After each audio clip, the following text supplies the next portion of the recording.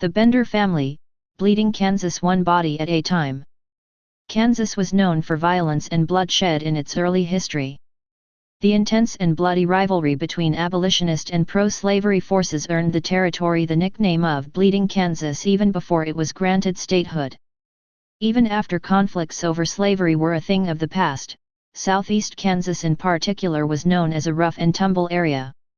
One case in early Kansas history rises above all others in terms of being gruesome and bloody. It is a tale of deception. It is a tale of greed. It is the tale of the mysterious, murdering Bender family, of Cherryvale. The Benders, a German family consisting of a mother, father, son, and daughter, settled just northeast of the minuscule town of Cherryvale, Kansas in 1870. They built a small inn for travelers who, while passing through, would need shelter and food for themselves and their horses. With so many settlers making their way through the relatively young and unsettled state in those days, innkeeping was a lucrative business. But apparently it was not lucrative enough for the Benders. They decided to supplement their income through incredibly treacherous means. When travelers would enter their home, the Benders would position them at a dinner table with their backs to a canvas curtain. While engaged in conversation, usually with the young and attractive Kate Bender, the unsuspecting traveler would be set upon by one of the two Bender men.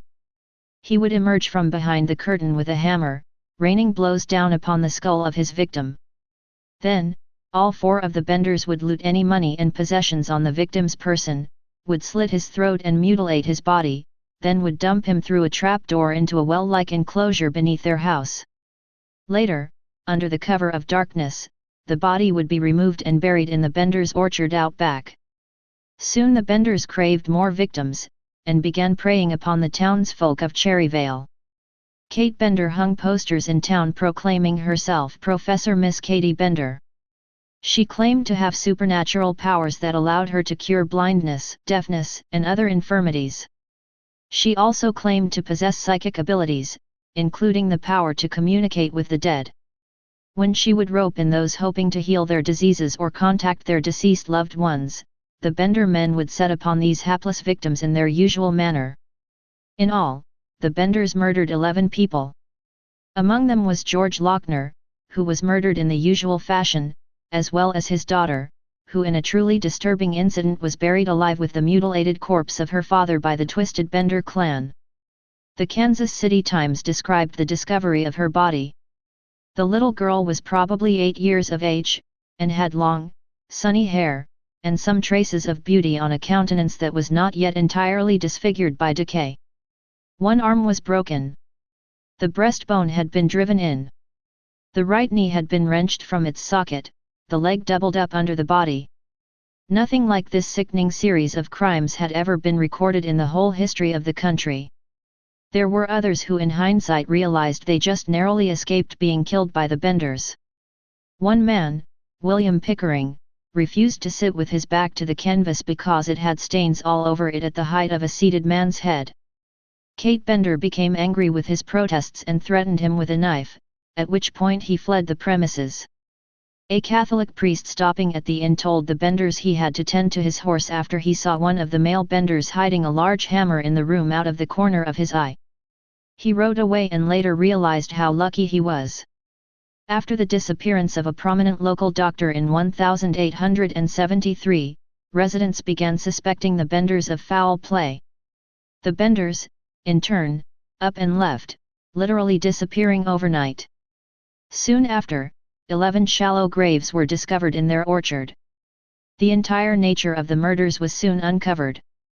The Kansas City Times described the initial investigation of the trapdoor and pit beneath the Benders' home in the following fashion.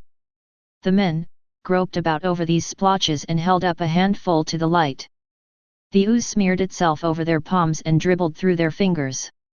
It was blood-thick, fetid, clammy, sticking blood that they had found groping there in the void. Blood perhaps, of some poor, belated traveler who had laid himself down to dream of home and kindred, and who had died while dreaming of his loved ones. The Bender murders quickly became national news, and rewards totaling in the thousands of dollars were quickly offered up for their capture.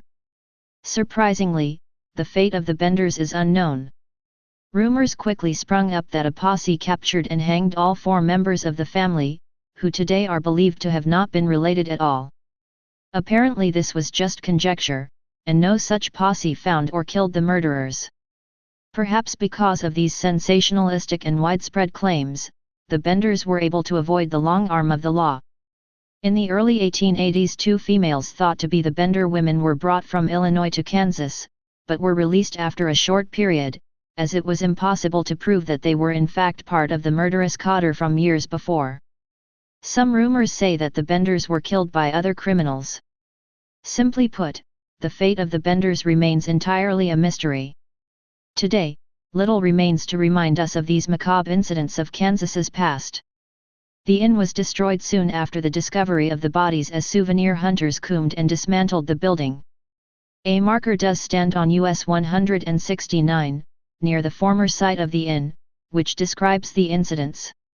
The marker very accurately proclaims the fate of the Benders as one of the great unsolved mysteries of the Old West. Stay paranoid, my friends.